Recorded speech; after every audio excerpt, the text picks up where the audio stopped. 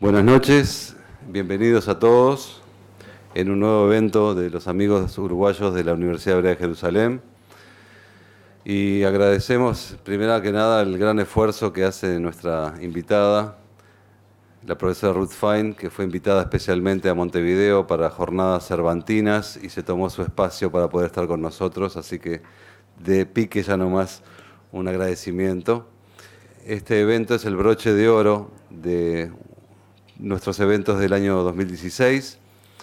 Veo varias caras conocidas, unas cuantas caras conocidas, lo cual indica que tan mal no lo hicimos las veces anteriores. Y es un desafío para poder seguir trayendo conferencistas, investigadores, profesores de primera línea, como es la Universidad Hebrea de Jerusalén.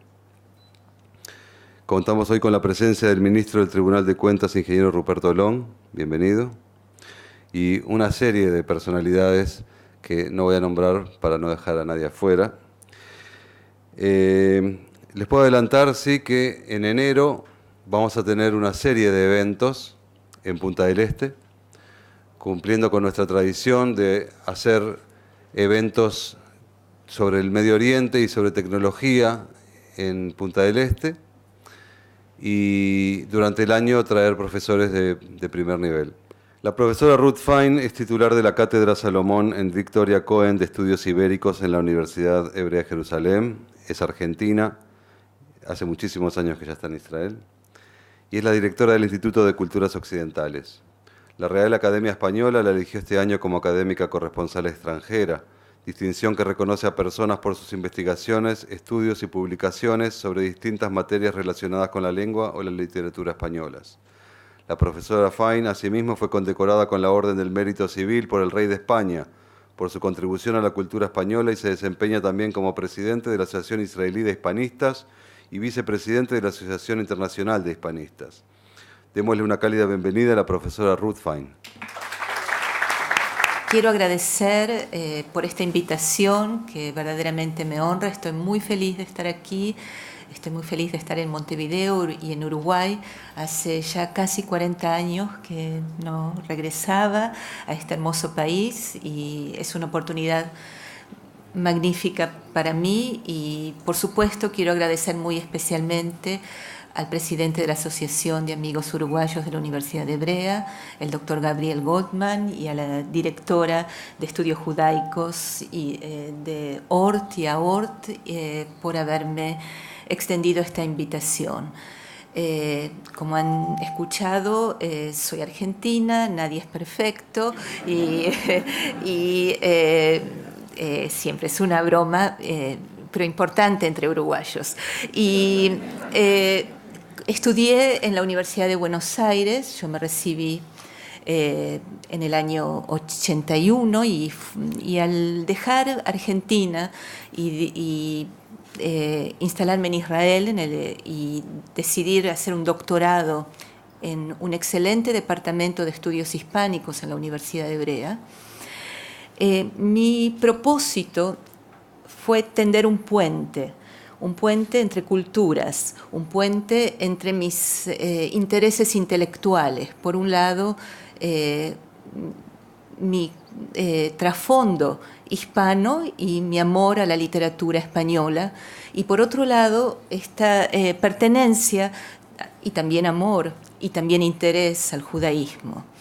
Mi gran interrogante al comenzar a especializarme en la literatura española del siglo de oro, o sea, los siglos XVI y XVII, y en uno de sus representantes máximos, si no el representante máximo, que es Miguel de Cervantes, era si es posible, a partir de un edicto, el edicto de expulsión de 1492, olvidar, borrar, hacer desaparecer siglos de una convivencia en un sentido muy amplio, de contacto cultural, de diálogo cultural entre el judaísmo, el islam y la cultura española.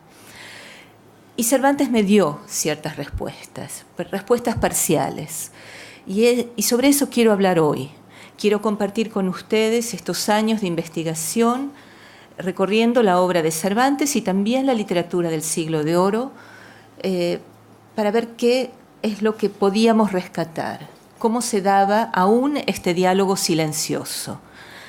Insisto, son respuestas parciales, los interrogantes quedan y ustedes también podrán responder por ustedes mismos hacia dónde se inclinan. Pero vamos a entrar en materia y quiero explicarles que mi conferencia, tras una breve introducción, hablará de un posible origen judío en Cervantes. Este es uno de mis temas. El segundo será la presencia de personajes judíos en la obra de Cervantes, personajes conversos en la obra de Cervantes, la presencia de la Biblia en la obra de Cervantes y, por último, la tradición y la cultura hispano-hebrea en la obra de Cervantes. Todos estos temas llevan un signo de interrogación.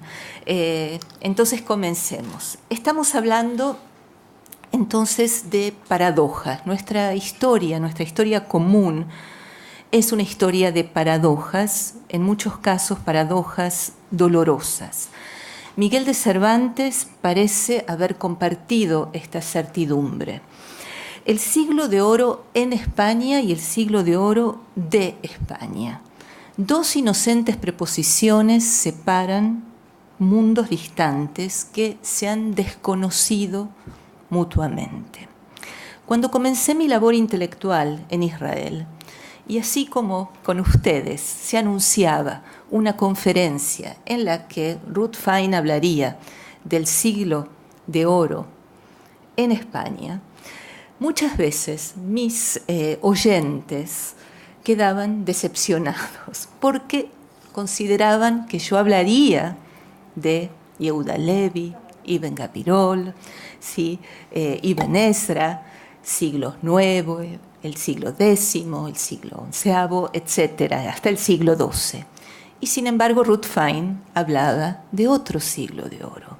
Un siglo de oro, en muchos sentidos, desconocido para el mundo israelí y en cierta medida para parte del mundo judío.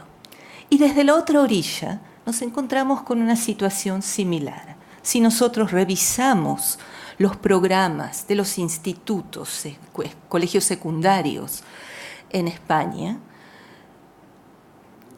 el desconocimiento no es menor. Estos nombres que he mencionado hace un momento, Ibn Gabirol, Yehuda Levi, que ha sido el primer poeta que ha escrito en lengua romance, es desconocido.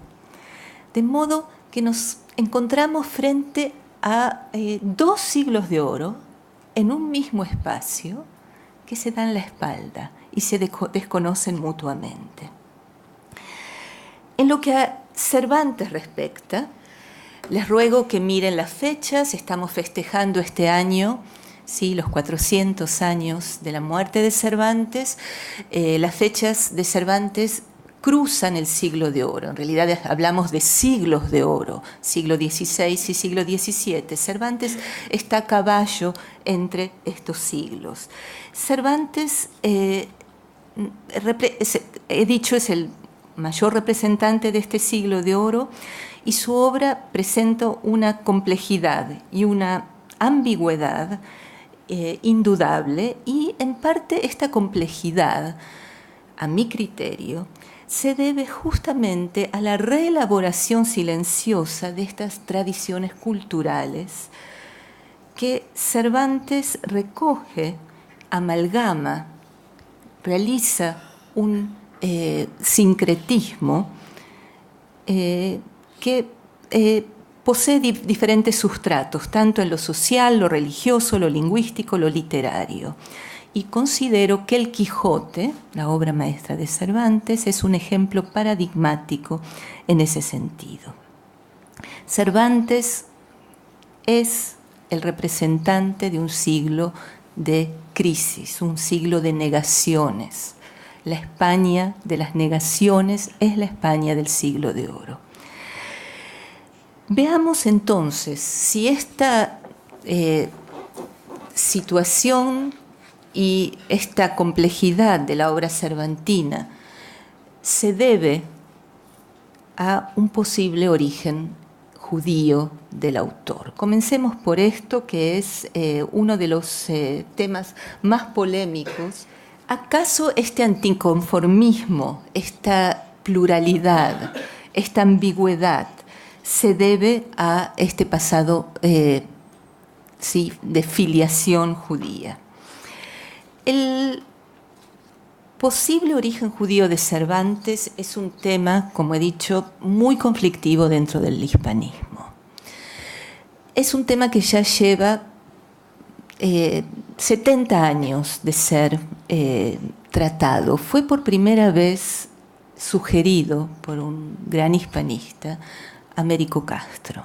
Américo Castro, que es considerado tal vez el fundador del cervantismo, y escribe en el año 1925 un libro muy importante, el Pensamiento de Cervantes.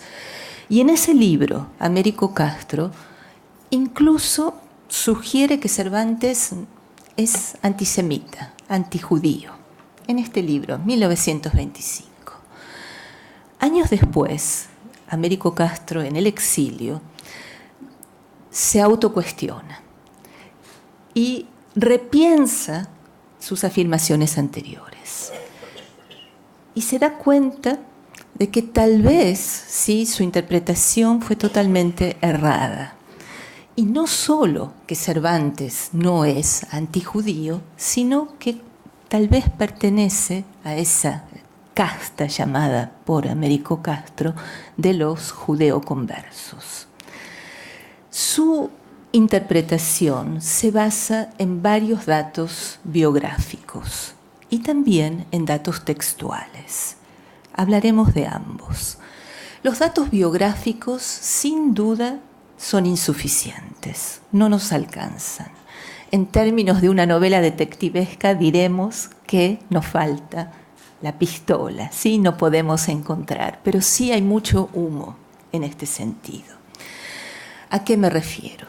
Cervantes, su apellido Cervantes figura, por ejemplo, en listas del siglo XV de familias de conversos.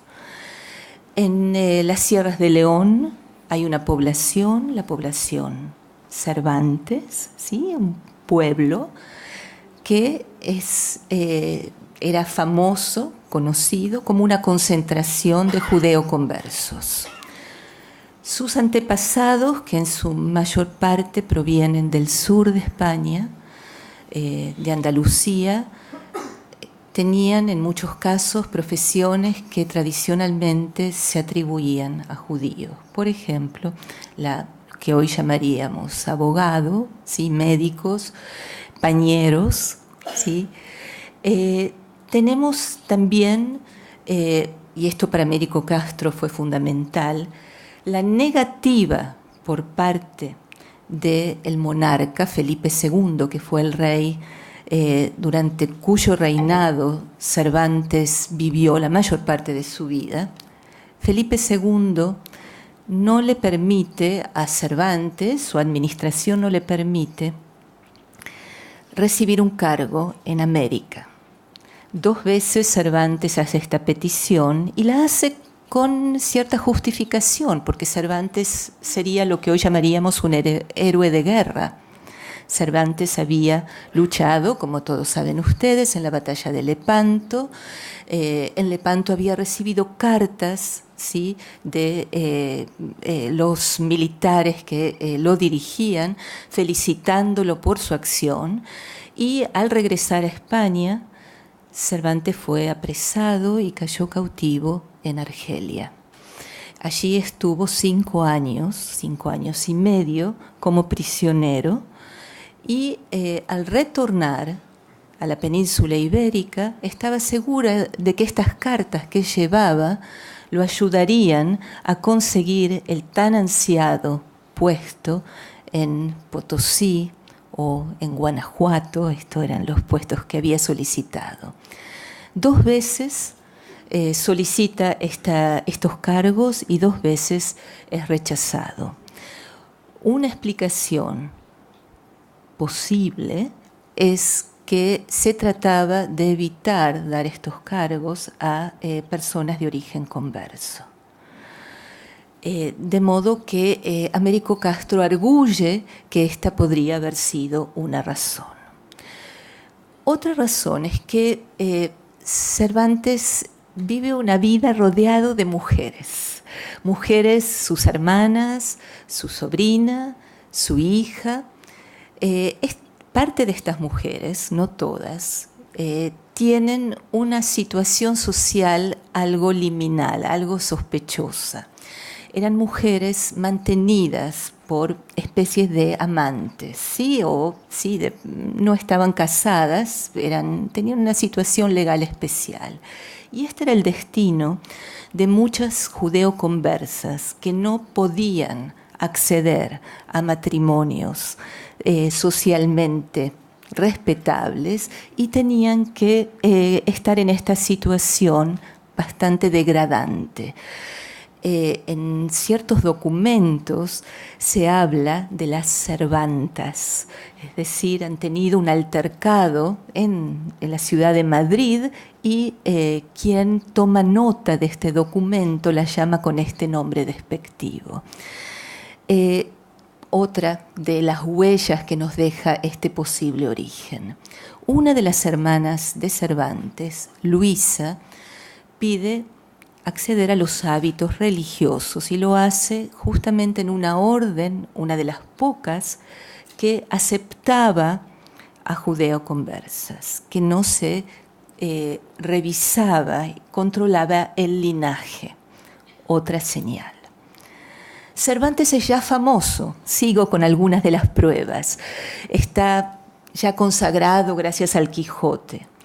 Dedica la segunda parte del Quijote al conde de Lemos.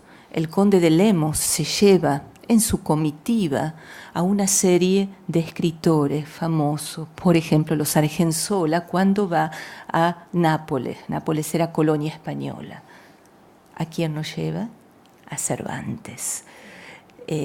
Hay esta expresión tan mexicana, un ninguneo hacia Cervantes. Y todos estos datos, estoy nada más que dando alguno de ellos, resultan sospechosos. Resultan sospechosos de la situación en la que Cervantes se hallaba socialmente. ¿Tenemos una prueba fehaciente? No. Tal vez la más fehaciente es que Cervantes construye, es decir, una ficción, en este documento que se exigía para acceder a determinados cargos, el documento de limpieza de sangre.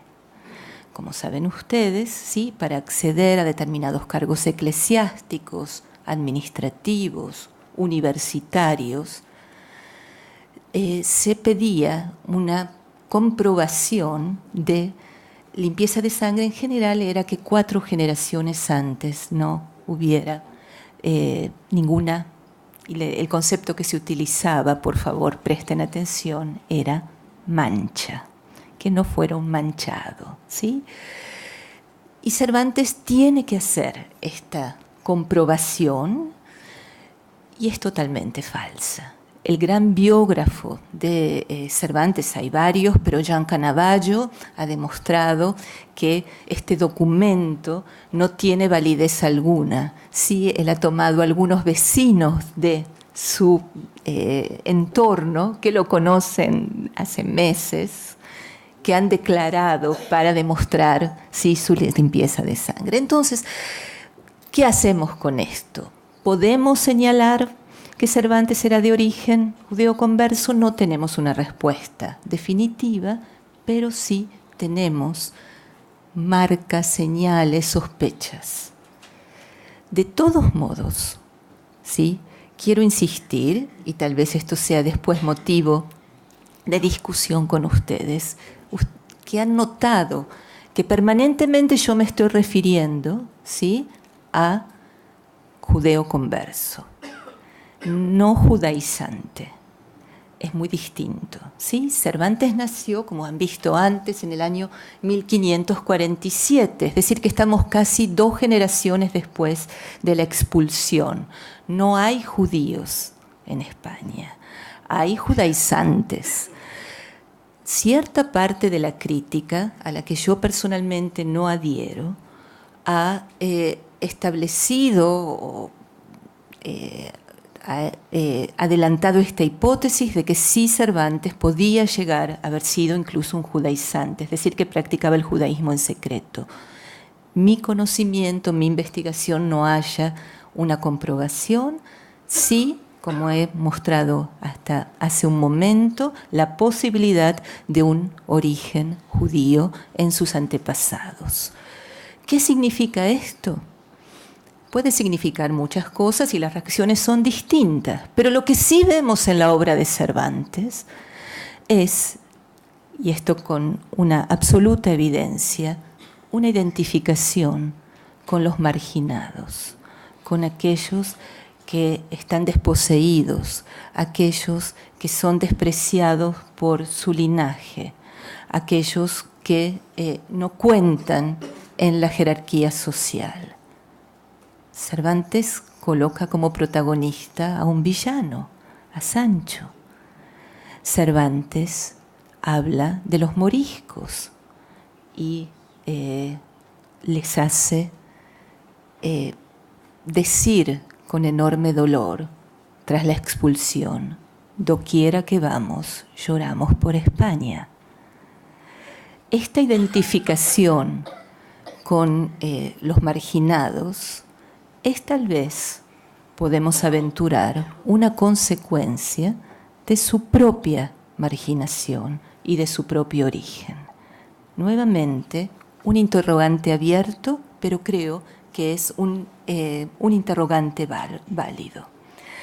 Entonces, si no podemos acceder a datos biográficos absolutos, lo que quiero hacer ahora e invitarlos a que me acompañen es a la revisión de su obra. Vayamos a su obra. ¿Qué es lo que encontramos en cuanto a personajes judíos? Comencemos por personajes judíos en la obra de Cervantes. Pero antes de hablar de personajes judíos, hace un momento he dicho, en España no hay judíos en el siglo XVI y en el siglo XVII. Pero siguen presentes en la memoria colectiva, en el imaginario colectivo, en la literatura. Los judíos, sí, son ridiculizados, caricaturizados en la literatura. En muchos casos son personajes víctimas de los graciosos. En el teatro religioso, como en el teatro de Calderón, representan figuras alegóricas, la sinagoga, el judaísmo, etc., siempre con una visión negativa. Veamos qué es lo que nos dice el diccionario del siglo XVII, comienzos del siglo XVII, Sebastián Covarrubias, ¿sí?, registra la voz judío, y judío evoca al pueblo que mató al Mesías. En un momento volveré a Covarrubias para hacer otra precisión. Una de las obras contemporáneas al Quijote, al segundo libro del Quijote, es una famosa obra de Lope de Vega, El niño inocente de la Guardia, y en esta obra Lope de Vega, el gran enemigo literario de Cervantes, él reactiva el sentimiento antijudío, trayendo una leyenda que ocurrió, ¿sí?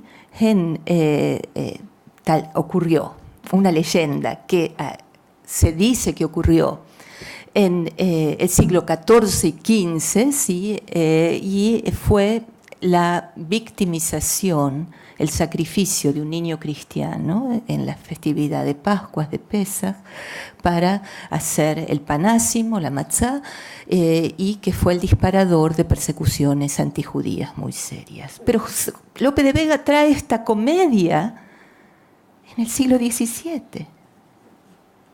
Es decir, no hay judíos y sin embargo, ¿sí?, esta comedia es un éxito. Es decir, lo que me importa destacar es que en el imaginario colectivo esta visión antijudía sigue tan activa. Y me importa destacarlo porque en Cervantes será otra la actitud.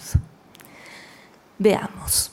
Cervantes es un autor de su siglo y es un autor que respeta un concepto que en literatura lo llamamos verosimilitud. Sí, su obra tiene que ser una representación, recreación creíble, de modo que no puede colocar judíos en la península ibérica. Y por esa razón, en el Quijote no hay judíos. Veremos que hay alguna mención de judíos, pero no hay judíos. ¿Dónde sí puede colocar personajes judíos? En Argelia, en Constantinopla, en Italia, ¿sí? De modo que Cervantes, en las obras en las que recrea estos espacios, sí colocará personajes judíos. Me refiero a dos comedias. Cervantes, no sé si muchos de ustedes lo saben, tal vez sí, fue también un dramaturgo, y un muy buen dramaturgo. No tuvo éxito como dramaturgo en su tiempo, pero fue un gran dramaturgo. Escribió 8 comedias y 8 entremeses y otras comedias más. En la comedia Los baños de Argel y en La Gran Sultana, aquí tengo, ¿sí?, son obras, y aquí tengo también las fechas. En la novela ejemplar El amante liberal, y en su obra póstuma, la última obra que se publicó tras su muerte, Los trabajos de Persiles y Sigismunda, que transcurre en Italia, Cervantes coloca personajes judíos. Y estos personajes judíos tienen un rol, he dicho al comienzo, ambiguo.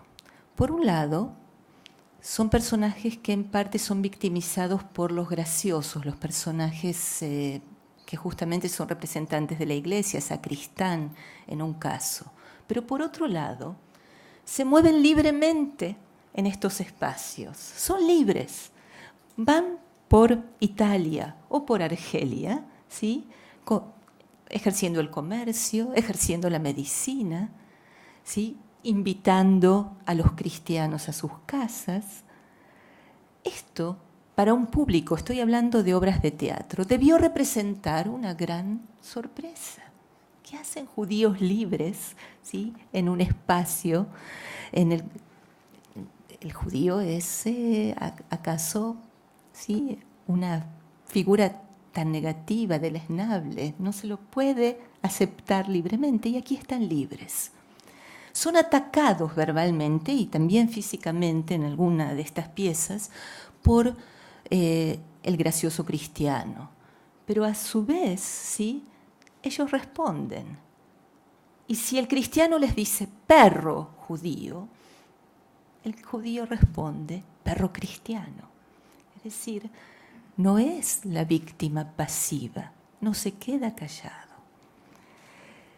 Hay otras señales muy interesantes. Una de ellas es cómo Cervantes utiliza el término mezquino.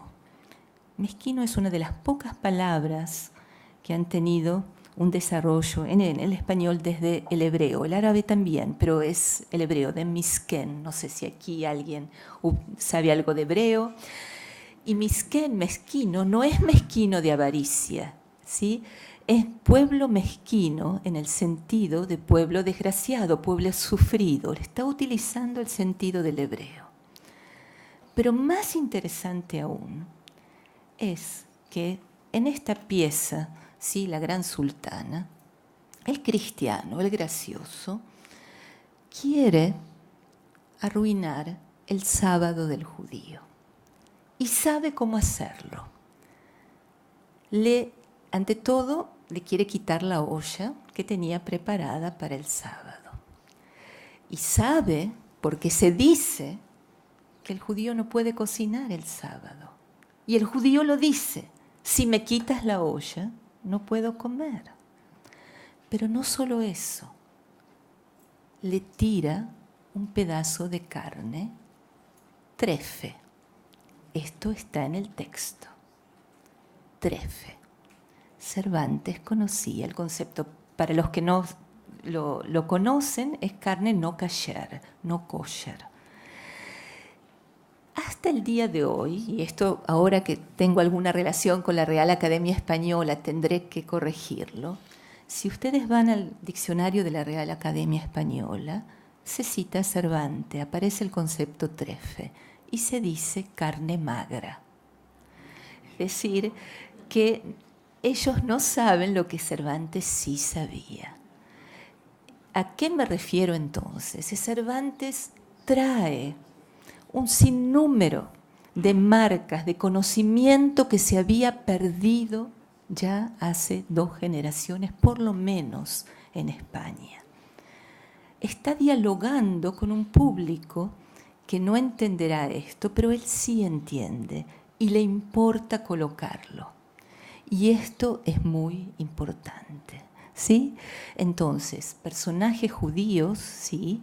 Y personajes judíos, además, quiero citar ahora, en El amante liberal, este es un momento interesante. Tenemos un mercader judío que es muy poderoso en el mar Mediterráneo y que es aquel que ha tenido a esta mujer cristiana, la ha encontrado, la ha aderezado con piezas y vestimenta muy rica, con joyas, y los turcos quieren comprarla. Y el judío dice cuál es el precio. Y como ven ustedes en la cita, el narrador se ocupa de señalar que, dijo el judío, valían otras 2.000 doblas, y así era la verdad. Es decir, que la avaricia del judío no es tal en este texto. Él sabe lo que vale. En fin, les pareció a todos que el judío anduvo corto en el precio que pidió por el vestido, incluso pidió menos. De modo que con estas referencias sutiles, Cervantes cuestiona el estereotipo del judío.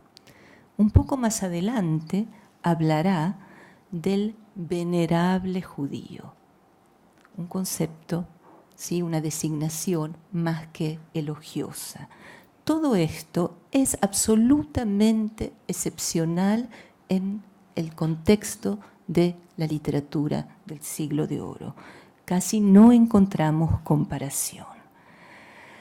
Pero, lógicamente, como he dicho hace un momento, la presencia de judíos no puede ser muy abundante en la obra de Cervantes, dado que la mayor parte de la obra de Cervantes transcurre en la península ibérica, donde ya no hay judíos. En cambio, lo que sí es abundante es la presencia de conversos. Y aquí quiero detenerme un momento y hacerles recordar lo que vimos hace un momento en Covarrubias. Voy a ir hacia atrás. Esto es parte de una investigación que yo he defendido. Hay 3 conceptos que tenemos que distinguir y que en realidad la crítica del siglo de oro no ha sabido siempre diferenciar con claridad. El concepto de converso, lo conocemos todos, es aquel que ha adquirido, ¿sí? No es exactamente anusim. Anusim es judaizante. Anusim es aquel criptojudío, aquel que esconde, ¿sí?, la religión judía, la sigue practicando en secreto, no importa en qué forma. El converso cubre un espectro muy amplio, es decir, hay conversos que con las generaciones o incluso, bueno, yo siempre sostengo, la conversión hasta 1492 nunca fue voluntaria. no podemos hablar de una conversión voluntaria. La conversión se hizo por presión económica, por presión, es decir, para mí eso es una contradicción. Pero al pasar las generaciones, la mayor parte o una gran proporción de estos conversos se han hecho cristianos y buenos cristianos. Desde la visión de la sociedad, como hemos dicho, 4 generaciones y la mancha sigue existiendo. Es decir, la sociedad no ha aceptado a estos conversos y esto contradiciendo esencialmente la concepción cristiana de que el bautismo iguala, ¿sí? El cuerpo de Cristo es horizontal. Esto aquí hay muchos debates teológicos. Por supuesto que esto es estoy generalizando, pero estoy hablando de una mayoría, de un comportamiento social generalizado. De modo que si no hay judíos, es el converso el que asume las marcas negativas, estereotípicas que antes poseía el judío. Es decir, que si el judío, era avaro, afeminado, cobarde, ahora lo será el converso. ¿Sí? Es decir, el converso es aquel que en la literatura, estamos hablando de literatura, pero por supuesto también socialmente, va a asimilar las características negativas que antes tenía el judío.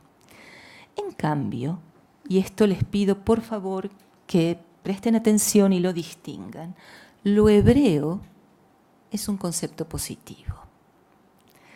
Lo hebreo es el viejo Israel, el Israel bíblico, hasta la llegada del Mesías para el cristianismo. El pueblo judío no aceptó al verdadero Mesías, así como lo dice el diccionario de Covarrubias, y por lo tanto, la continuación del pueblo hebreo es el cristianismo, ¿sí? El verdadero, el nuevo Israel. ¿Por qué les digo esto? Porque es muy clara la diferencia en la literatura. Fíjense que Lope de Vega, al que vuelvo a citar aquí, para honrar a Cervantes, porque le estaría muy contento de que lo ataque un poco a Lope de Vega. Lope de Vega escribe varias obras bíblicas. Por ejemplo, una excelente obra, que está considerada tal vez una de las mejores obras bíblicas del Siglo de Oro, La hermosa Ester. En todo momento, en toda la pieza, se habla del pueblo hebreo. Jamás aparecerá el pueblo judío. ¿Sí? No hay ni una mención de judío o judía, es siempre hebrea. Y esto no es casual. ¿Comprenden? Lo hebreo es un concepto positivo y no se debe confundir con lo judío. Es decir, que si algunos críticos han dicho Lope de Vega es filosemita tras leer La hermosa Ester, esto no es cierto, ¿sí? Es decir, su actitud es una actitud de división, es decir, estas categorías son claras. Y Cervantes las mezcla. Cervantes, ¿sí?, hace aquello que denominamos un sincretismo, es decir, lo converso y lo hebreo pueden ir juntos, ¿sí? Lo judío es lo hebreo, ¿comprenden? Y esto se revela en distintos ejemplos. Y al mismo tiempo se burla ferozmente de la obsesión hispana por la limpieza de sangre. Y lo hace sobre todo en sus entremeses, ¿sí? Los entremeses cervantinos. No sé si ustedes tienen presente, los entremeses son piezas cortas, justamente entremés, es decir, interludios entre actos. Las piezas teatrales eran muy largas en el Siglo de Oro y estaban abarrotadas para evitar que se desbandaran, ¿sí? Los espectadores, como ustedes, espero que no se desbanden, iban armados, había que entretenerlos, y estos entremeses eran entremeses muy breves, farsescos. Los de Cervantes son distintos. En estos entremeses, de estos entremeses rescato dos, el retablo de las maravillas y la elección de los alcaldes de Daganzo, que tal vez sean las piezas del siglo de oro, me atrevo a señalarlo, que más explícitamente se burlan, atacan esta obsesión por la limpieza de sangre. En los alcaldes de Daganzo se tiene que elegir un alcalde y todos son cristianos viejos. ¿Y cuál es la virtud más grande que puede tener un cristiano viejo? Ser cristiano viejo. ¿Y cómo se demuestra? No sé leer y escribir. Cuando les preguntan, ¿sí?, ¿cuál es su mérito? ¿Por qué quiere ser alcalde? No sé leer y escribir. Ergo, soy cristiano viejo. ¿Sí? Esta facilidad, esta alfabetización era famosa entre los conversos. Por lo tanto, esto, por supuesto, es una burla a la ignorancia y también a la limpieza de sangre. El retablo de las maravillas, que realmente es una verdadera maravilla y se representa frecuentemente, al menos en España, cuenta la historia que ustedes reconocerán, pero para simplificar, llega a un pueblo una compañía teatral y esta compañía teatral no existe, no hay nada allí, pero van a representar una obra invisible. Y solo la pueden ver, dicen los directores de esta compañía, aquellos que son cristianos viejos.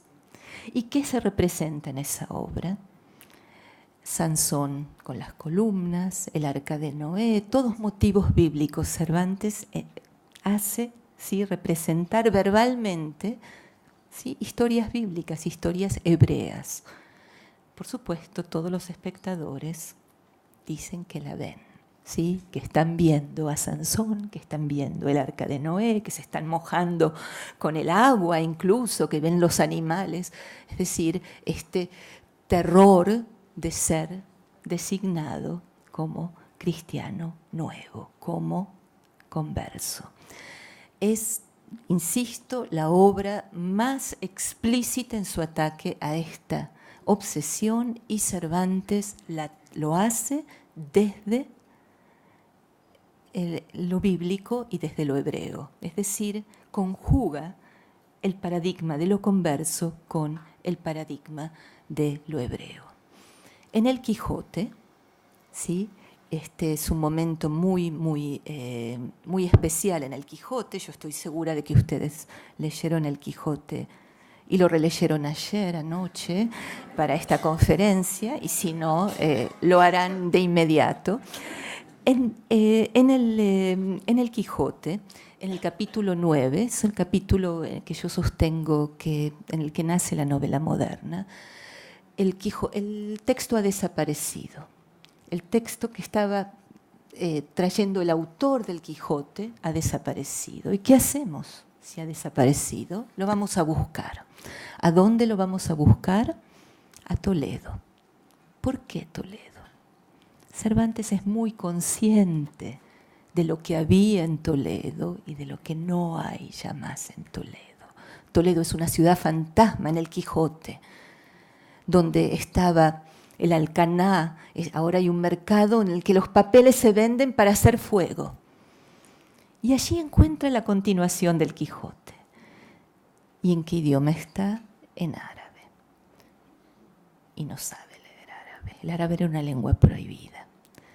Pero dice el narrador, ¿sí?, de que si hubiera buscado un intérprete de una lengua más antigua y mejor, la habría encontrado. Por supuesto, es obvio que se está refiriendo al hebreo, es decir, una mención muy elogiosa del hebreo y tal vez, aquí sí, un indicio de que en Toledo habría criptojudíos que todavía podrían leer el hebreo. Es una frase muy enigmática y muy reveladora. Y ya que estamos en el Quijote, quiero señalar que en el Quijote hay 300 referencias, esto ha sido parte de mi investigación, al Antiguo Testamento. Digo el Antiguo Testamento con intención porque es la Biblia hebrea. Es decir, hay también, por supuesto, al Nuevo Testamento, pero hay 300 referencias, 300 intertextos, lo que llamamos los críticos. Es decir, que Cervantes tenía un conocimiento nada desdeñable de la Biblia y no sentía ninguna timidez en incluir el Antiguo Testamento que en muchos casos llevó a la justicia, a la Inquisición, a algunos escritores, como a Felipe Godínez, porque escribía tanto sobre el Antiguo Testamento, era visto de modo sospechoso. Por supuesto que hay que conocer, en cierto modo, el Antiguo Testamento para delimitar, pero hay referencias muy claras a topónimos, nombres de personajes, incluso citas de versículos. ¿Quién es el que más cita el Antiguo Testamento? Don Quijote. A veces lo hace para reforzar, ¿sí?, su autoridad, como dicen las Santas Escrituras, si cita o se compara, ¿sí?, con Sansón, ¿sí?, menciona a personajes de la Biblia. A veces hay referencias irónicas, pero que demuestran que Cervantes sabía muy bien aquello de que hablaba. Les voy a dar un ejemplo, creo, bonito, y es que hay un canónigo, un eclesiástico que quiere convencer a Don Quijote de que sus lecturas son las lecturas de las novelas de caballerías que lo están enloqueciendo y que lo que debe hacer es leer las Sagradas Escrituras y le recomienda que lea el libro de los jueces. Ahora, Cervantes sabía lo que estaba diciendo, y si ustedes recuerdan el libro de los jueces, es un libro violento en extremo. Corre mucha sangre. Los jueces en muchos casos han sido combativos, han sido crueles, ¿sí?, en ciertos episodios. Es un libro tremendo. Es decir, el último libro que tendría que leer, ¿sí?, Don Quijote es el libro de jueces. Es decir, que hay una ironía, pero hay que saber leerla. Es muy interesante que parte de estos libros que utiliza Cervantes no son los más conocidos. Por supuesto, Salmos es muy conocido, Eclesiastés, pero él cita, como he dicho, los jueces, Deuteronomio, Levítico, el libro de Jonás. Es decir, tenemos un cúmulo de referencias a libros menos conocidos. Yo sostengo que Cervantes había leído muy bien la Biblia.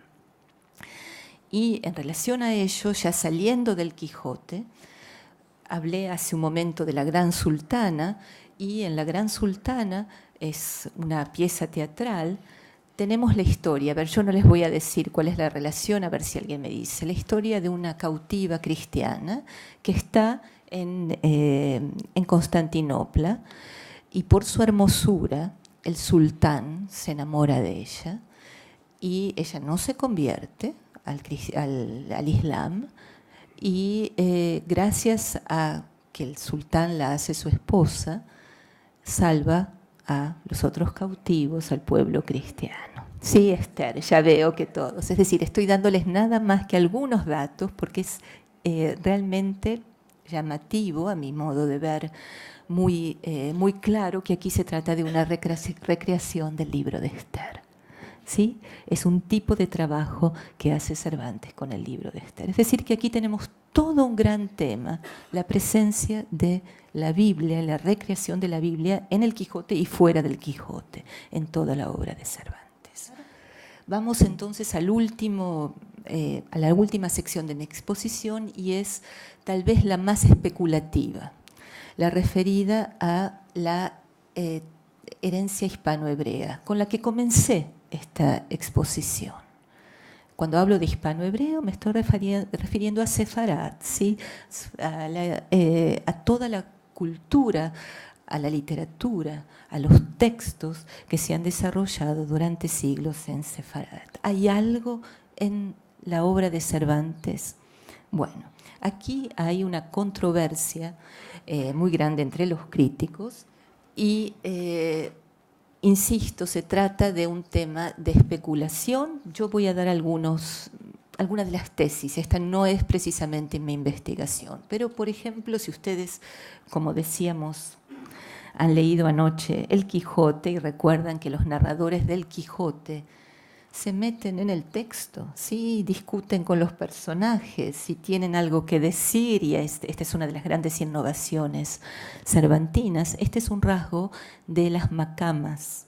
Las macamas es un tipo de género muy cercano a la picaresca que se desarrolla en lo que hoy diríamos la Edad Media en España, y hay macamas árabes, y esta característica es justamente muy pronunciada en las macamas hebreas, ¿sí? Al-Jarizi.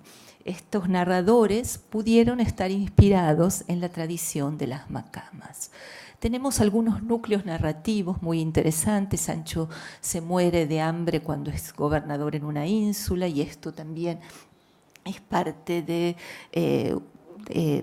la tradición bíblica. Hay varias historias, no la tradición bíblica, la tradición hispano-hebrea, de modo que también aquí podría haber influencia. La utilización de la Biblia. Los escritores hispano-hebreos constantemente hacían uso de la Biblia en sus textos no religiosos. Y hemos visto que Cervantes introduce mucho de esto también. Hay una tesis de un autor costarricense, Baruch, que sostiene que en el Quijote hay una referencia directa a una página del Talmud. Se trata de un pasaje en el cual Sancho, como gobernador de la isla, recuerdan ustedes, de la ínsula Barataria, hace un juicio en el cual dos personas sí se han prestado, uno ha prestado dinero a otro, y ese dinero está escondido en un báculo, un bastón.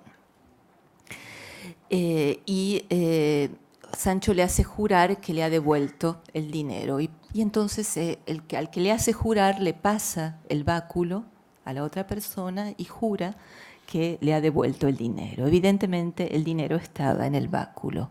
Esto se encuentra en el Tratado de Nedarim, el de votos, ¿sí? Para no votar, no jurar en falso. Y hay muchas diferencias, pero el núcleo es un núcleo muy similar. Este crítico señala, y yo respeto, que Cervantes ha conocido el Talmud. Yo lo veo un poco difícil personalmente, pero lo que sí quiero decir, y lo he colocado aquí, es que se trata de motivos vagabundos, es decir, motivos que estaban, ¿sí?, insertos en la conciencia cultural y que no han desaparecido y que tienen raigambre también judía o hispano-hebrea. Hay críticos más aventurados aún que relacionan el Quijote con la Cábala.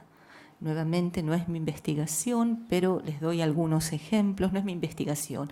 Como ustedes saben, en el primer capítulo del Quijote, Don Quijote, que se llamaba Alonso Quijano, decide cambiar su nombre y cambiar su destino, ¿sí? Y esto se ha relacionado con también la tradición judía.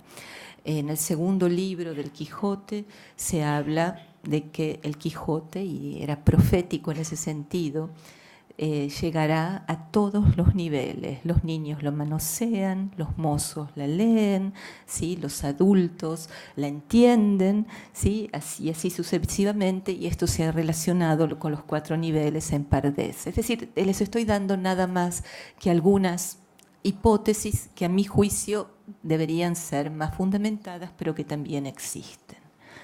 Les he prometido entonces dejarlos con interrogantes y creo que lo he hecho. Es decir, tenemos mucho, no tenemos respuestas definitivas. Sí tenemos un autor, ante todo, que nos dice, esto es el final de una novela, la novela de Coloquio de los perros, yo alcanzo el artificio y con esto basta, ¿sí? Es decir, y la invención, y esto basta. Es decir, Cervantes nos dice, lean mi obra, ¿sí? Lean mi obra, no busquen mi biografía es un rompecabezas inacabado.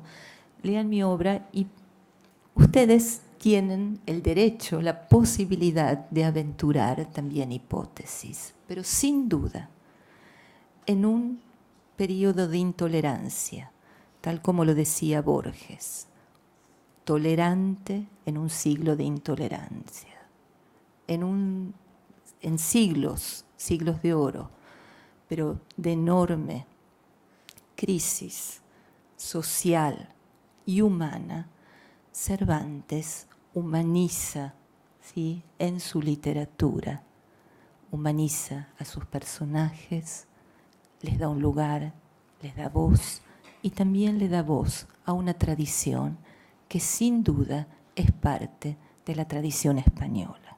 Muchas gracias. Me permito con cautela ser escéptica, es decir, creo muy difícil, aún para judaizantes, y creo que Cervantes no lo ha sido para criptojudíos, para Nusim, tener acceso al Talmud. Muy difícil. El Talmud era un libro prohibidísimo. Si ya era difícil leer la Biblia, por supuesto la Biblia no se podía leer sino en latín, en romance estaba prohibida. El leer demasiado lo que la Biblia hebrea, el Antiguo Testamento, era peligroso. El Talmud era un libro muy prohibido. Lo que sí puede suceder, y este es el caso más evidente, que haya habido un contacto en el pasado y que esto en la filología se llama motivos vagabundos, es decir, que esto haya tenido un desarrollo independiente de la lectura directa del Talmud. ¿Comprende? Creo difícil. Si tuviera alguna comprobación, sería la primera en señalarlo, pero no creo que esto haya sido posible. Yo tengo también que recordarles que el Talmud no es un libro fácil de leer. Decir que no se lee ni siquiera con conocimiento del hebreo. Mis alumnos tienen, por supuesto, se requiere también de otras competencias como el arameo y otras muchas más. De modo, es un libro que tiene cierto hermetismo.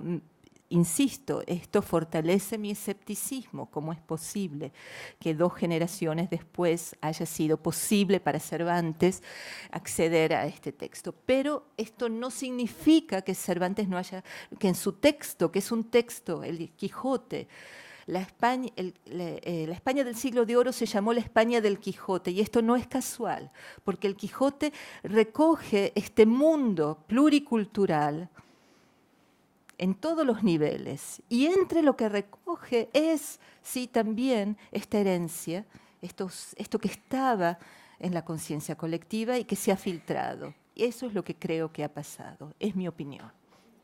¿Cómo ve la intelectualidad española de hoy la tradición judía en España? La intelectualidad es muy difícil de determinar, o sea, sería una generalización realmente salvaje de mi parte. Hay distintos representantes. El judaísmo, el posible origen judío de Cervantes tiene mucha, pero mucha oposición en España. Es un tema muy sensible, es objeto de mucho rechazo, y yo he mencionado al comienzo de mi exposición a Américo Castro, que fue persona non grata. Él murió en el 76, pero persona non grata en España por estas locuras. Lo llamaban el rabino. Él no tenía ningún origen judío, pero sufrió mucho rechazo. En relación con, hay un despertar muy grande de el tema de la conversión, de los conversos. Esto ya hace varias décadas, y en la última década es uno de los temas que están, podría decir, más de moda, y esto incluye también la presencia judía. A grandes líneas yo diría que hay cada vez un mayor interés por esto, y quiero contarles a ustedes, compartir con ustedes que el próximo Congreso de Hispanistas, el Congreso de Hispanistas es la cumbre del hispanismo, se hará en Jerusalén, en la Universidad Hebrea, lo cual creo que responde en cierto modo también a esta pregunta. Es un gran paso, ¿sí? También la ley de la nacionalidad es un gran paso, ¿sí? La ley que estamos viviendo, ¿sí? Es un reconocimiento de una injusticia. De modo que sí, ¿no? Yo creo que podemos ser optimistas y decir que hay que hemos progresado, adelantado mucho en ese sentido. Cristóbal Colón en 1492, ¿era judío?